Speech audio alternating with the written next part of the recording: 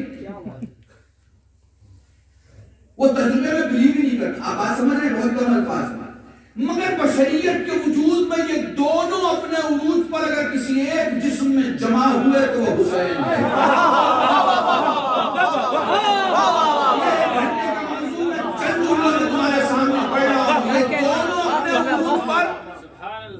کسی ایک جسم میں اگر جمع ہوئے تو وہ حسین ہے. سجدہ حسین کا ہو رہا ہے، یہ عقل ہی عقل ہے. نیزے پہ قرآن پڑھ رہا ہے، یہ شریعت ہے.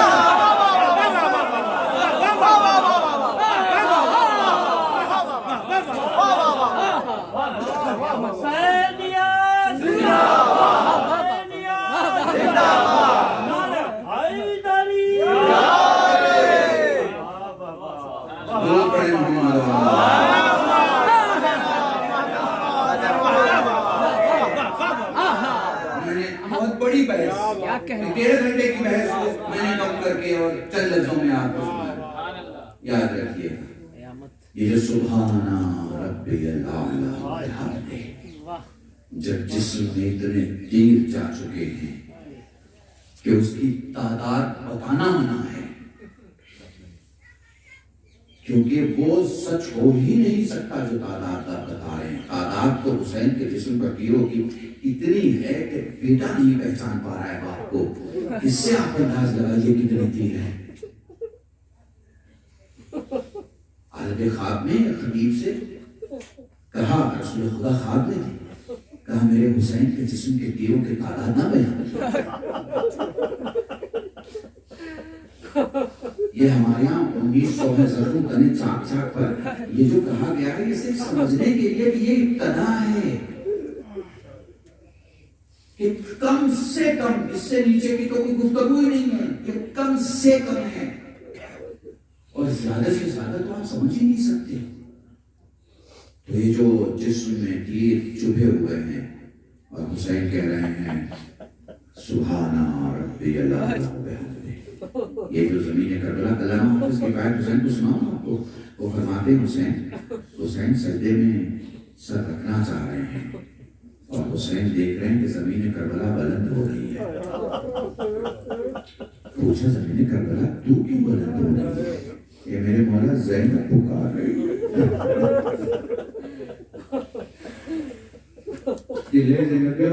زینب کھڑے ہو کے کہتی ہے اے آسمان مجھے میرا حسین دکھا نہیں دیتا، یہ زمین مجھے میرا حسین دکھا، اے جناب مجھے میرا حسین دکھائی نہیں دیتا. جزاکم اللہ، خدا تمہیں کوئی غم نہ دے سوائے غم سید الشہداء کے. کسی مومن کی مجلس ہے، چند جملے مسائل کے سنو مجھ سے، میں زیادہ زحمت نہیں دوں گا، بس میرے ساتھ رہنا. کربلا روایتوں سے سمجھ میں نہیں آتی، پچھلے 30 برس سے میں جملہ پڑھ رہا ہوں، کربلا روایتوں سے سمجھ میں نہیں آتی، کربلا روایتوں سے سمجھ میں نہیں آتی، کربلا خون کی طہارت سے سمجھ میں آتی ہے۔ روایتیں یہ بتاتی ہیں سکینہ پیاسی تھی، یہ نہیں بتا پاتی کتنی پیاسی تھی۔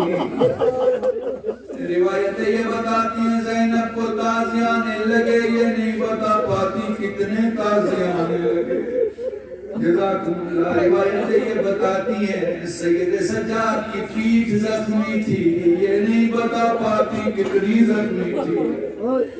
اس لیے روایتوں کو سنا کرو تو اپنے امام کو سلام کر کے کہا کرو مولا مجھے توفیق دے جو تیرے جد کے مصائب سمجھ سکوں۔ مجلسوں میں زہرا خطبہ سننے نہیں آتی، مجلسوں میں زہرا مولویوں کی تقریر سننے نہیں آتی، مجلسوں میں زہرا صرف اپنے بیٹے کے مصائب سننے آتی۔ تمہارے آنکھوں سے جو آنسو نکلتے ہیں اسے اپنے رومال میں لینے آتی ہیں، اس لیے جب بھی رویا کرو ایسے رویا کرو۔ مولا کوئی مثال بھی دے سکتے تھے مگر فرماتے ہیں ایسے رویا کرو جیسے وہ بوڑھی ماں جس کا ایک ہی جوان بیٹا ہو۔ جزاکم اللہ۔ خدا تمہیں کوئی غم نہ دے سوائے غم سید الشہداء کے۔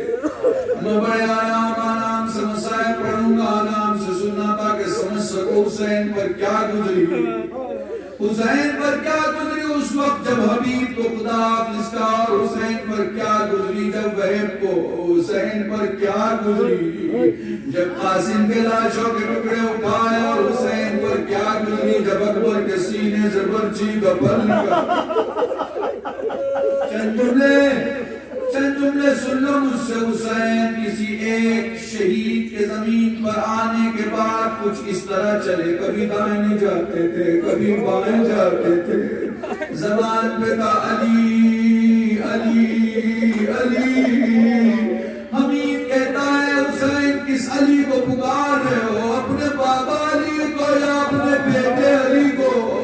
فرمانے لگے حمید مجھے میرا علی اکبر دکھائی نہیں دیتا۔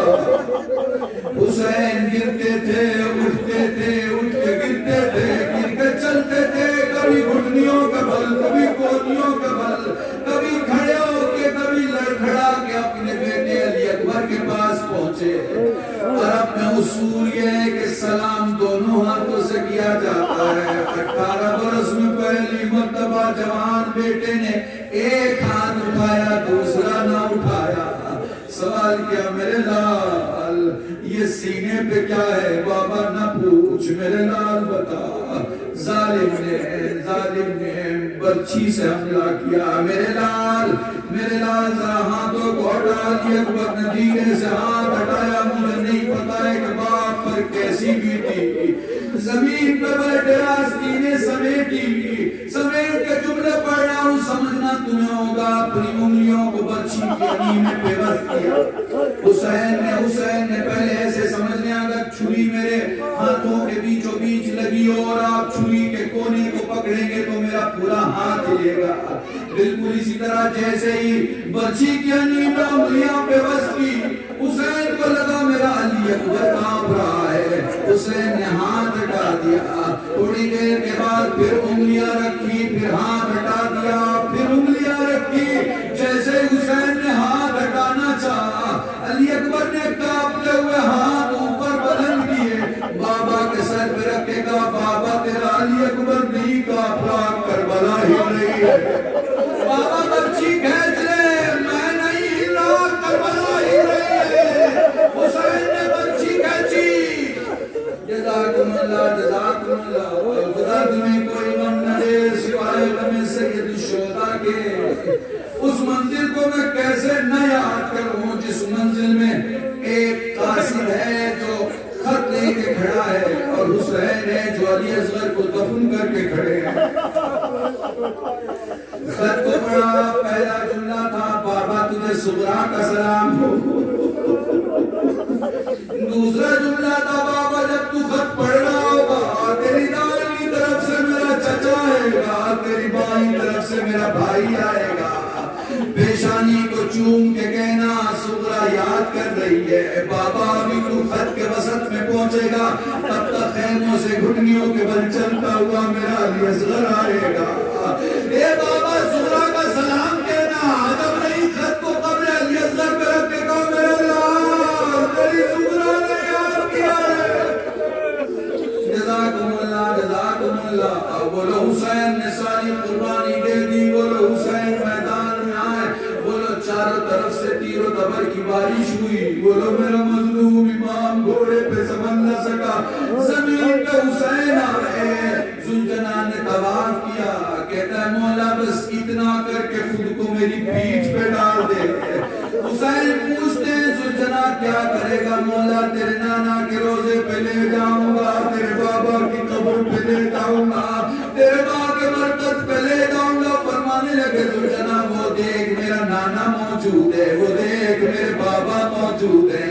وہ دیکھ میری ماں موجود ہے مگر ذوالجلال اگر تو کچھ کرنا چاہتا ہے تو یوں کر کے میرے ہاتھوں کے درمیان اپنی گردن ڈال دے حسین نے بازو اٹھایا ذوالجلال نے گردن ڈالی دھیرے دھیرے اٹھانا شروع کیا ذوالجلال ذرا اور اٹھا بس آخری جملہ ذوالجلال کہنا مولا کیا دیکھنا چاہتے ہو ذوالجلال دیکھو جو صحیح میرا علی اکبر کہاں سو رہا ہے ذوالجلال میرا عباس کیسے سو رہا ہے اے ذوالجلال میری گود کے بالے لعنت اللہ علی القوم الظالمین وسيعلم الذين لا يعلمون إنا لله وإنا إليه راجعون اللهم ارزقنا إيمانا صادقا ولسانا ذاكرا وعلما نافعا وعلما صالحا وعملا متقبلا وتوبة نصوحا صلى الله على محمد وعلى آله الطيبين الطاهرين